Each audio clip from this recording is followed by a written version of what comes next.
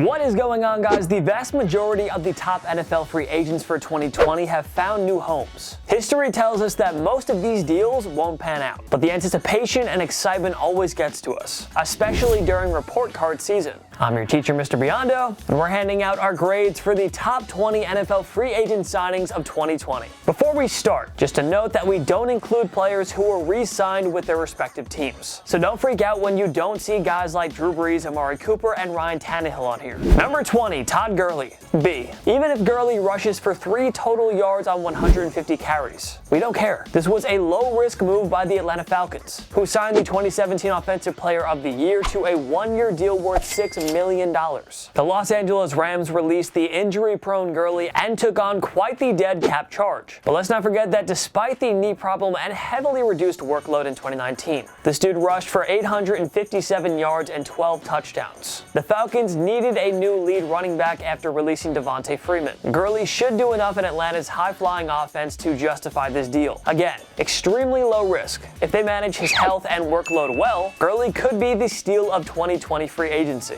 Number 19, Robbie Anderson, B+. The Carolina Panthers didn't play around this offseason. They made the gutsy call to release franchise icon Cam Newton, replacing him with Teddy Bridgewater. More on that later. Looking to build around their new QB, the Panthers signed speedy wideout Robbie Anderson to a 2-year deal worth $20 million. He should be a nice fit in Matt Rule's offense, and there's no shortage of playmakers here, with Anderson joining DJ Moore, Curtis Samuel, and world-class running back Christian McCaffrey. Getting a capable number 2 receiver and deep ball threat on a modest 2-year deal is a big win for Carolina. Number 18, Chris Harris Jr., B+. Well, Keenan Allen must be happy. Former Denver Broncos Pro Bowl and first-team All-Pro corner Chris Harris Jr. inked a bargain 2-year $17 million deal with the Los Angeles Chargers. Just like that, one of Allen's biggest headaches is gone. Good luck neutralizing him now, Denver. Harris joined Desmond King, Casey Hayward, and Derwin James, forming perhaps the deepest secondary in all of football. He's still a top-tier slot corner, something the Chargers desperately need after taking a major step back in 2019. But we especially love this deal because it's for only 2 years, and inferior corners like Trey Waynes and Kendall Fuller received way more money. The Chargers want to compete again in 2020, and adding Harris to a star-studded defense will go a long way towards accomplishing that goal. Number 17, Melvin Gordon, D. Sorry, John Elway, but even if Gordon wasn't coming off a disappointing season, it wouldn't be enough to earn a high grade here. The Broncos already have Phillip Lindsay, who's recorded back-to-back 1,000-yard seasons. Why are you giving 2 years and $16 million to a less effective player? Whether Elway is looking to trade Lindsay or simply cut back on his workload, this deal makes no sense to me. We're in an era where teams are learning to stop investing so much money in draft capital and running backs. And yet Elway is paying $16 million for an inconsistent running back that he doesn't need. We're giving this move a D. And to the next one. Number 16, DJ Reader, B+. We almost want to give the Cincinnati Bengals an A+ just because for the first time in history, ownership wasn't conservative and ridiculously cheap in free agency. Now, the Bengals really overpaid for Trey Waynes, and we're not sure about that $18 million they handed to Von Bell. But this signing, a 4-year pact worth $53 million, is pretty reasonable. He is one of the game's more underrated defensive tackles, and he should fix a Bengals team that ranked last against the run, allowing 148.9 rushing yards per game. He and Geno Atkins will solidify a front seven that already looks significantly better. The Bengals may have overpaid a bit here, but he addressed a major void, and he will make an impact. So we'll give Cincy a decent grade here. Number 15, Brian Bulaga, A. Getting one of the league's most reliable offensive tackles on a 3-year deal for only $30 million, in a time when the market for offensive linemen is rapidly increasing each year. Yeah, the Chargers pulled off a good deal here. Their awful offensive line led to Phillip Rivers having one of his worst statistical seasons, paving the way for his departure. But after adding Bulaga, a longtime bodyguard for Aaron Rodgers, will change the whole look of this O-line. According to Pro Football Focus, Bulaga only allowed 4 sacks on 898 snaps in 2019. With him on board, the Chargers can now use their draft picks to address other weaknesses. It's really a home run here by the LA front office. Number 14, Emmanuel Sanders, A+. The 2018 and 2019 NFL playoffs helped expose the New Orleans Saints' primary weaknesses. They didn't have a true number 2 receiver. Well, that's not the case anymore. Teams will now have to think twice about double covering Michael Thomas. The Saints added superb route runner Emmanuel Sanders on a cheap 2-year $16 million contract. He also played in 3 Super Bowls, winning it with the Broncos in the 2015 season. He made a difference in that San Francisco 49ers passing game. Now Sanders is suiting up with the Saints. Huge win win by the Saints, who continue to go all in with Brees. Number 13, Malcolm Jenkins. B. The Saints have to be aggressive while they still have Brees. And even if the contract is a bit generous, Jenkins promises to make a serious impact anyway. The Saints have had way too many well-documented breakdowns in the secondary over the past 3 postseasons. Jenkins, a 3-time Pro Bowler who played in New Orleans from 2009 to 2013, will change that. He has Super Bowl rings with both the Saints and Eagles. All things considered, besides the $32 million price tag, there's too much to love about this deal. Number 12. Dante Fowler Jr. C-. After releasing the ultra-talented but underachieving Vic Beasley, the Falcons knew they had to find a new pass rusher. So GM Thomas Dimitroff settled on Dante Fowler Jr., giving him a 3-year contract worth $48 million. It's way too much money. Way too much. The number 3 overall pick from 2015 never truly got it going with the Jaguars. A trade to the Los Angeles Rams revived Fowler's career in 2018. He posted 13.5 total sacks in 24 games over his 2 seasons there. Falcons coach Dan Quinn is no Wade Phillips though. He's never been able to get much out of his defense, especially the pass rush. Even if Fowler isn't a total bust in Atlanta, it's hard to envision him coming anywhere close to deserving that $48 million. Number 11, Joe Schobert. C. We like Joe the player. We just don't like the fit nor the logic of the Jaguars. Jacksonville pulled off a scorched-to-earth rebuild, trading away Pro Bowlers Calais Campbell and A.J. Bouye, while releasing Marcel Darius. They somehow got the Chicago Bears to take on Nick Foles' contract. Suddenly, the cap-strapped Jaguars had some wiggle room. So why'd they throw $53.75 million over 5 years at former Cleveland Browns linebacker Joe Schobert? Sure, he was a Pro Bowler in 2017, and PFF graded him as their 2nd best cover linebacker in 2018. I really don't understand the Jaguars anymore. You wouldn't pay for Jalen Ramsey, but you're happy to overpay for a good, not great linebacker. He has plenty of talent and he's still relatively young. That's probably the only thing saving the Jags from getting an F here. Number 10, Javon Hargrave. A. One of the most overlooked players on the market was predictably signed at a bargain of a price. As if the Eagles' pass rush wasn't scary enough, they added the former Pittsburgh Steelers standout on a 3-year deal worth $39 million.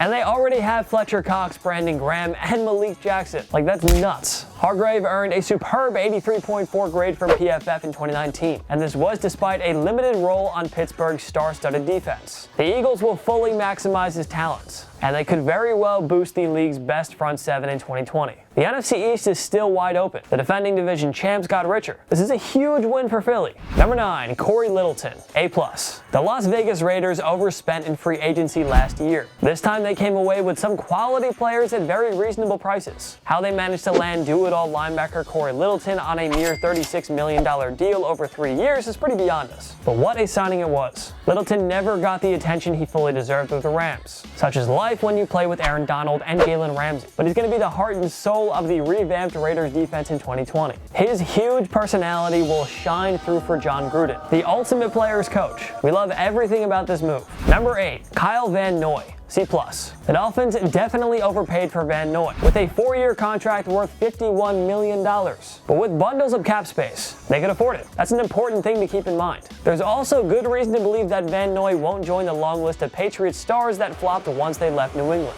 Miami head coach Brian Flores worked with Van Noy for 3 years in Foxborough, serving as the defensive play caller in their Super Bowl 2018 season. Van Noy was also an anchor on the top-scoring defense from 2019, recording 6.5 sacks and 3 forced fumbles. Sure, he may not replicate that type of production in South Beach, but Van Noy will certainly upgrade the league's worst-scoring defense from 2019. A little expensive, but it's a good move nonetheless. Number 7, Robert Quinn. D-.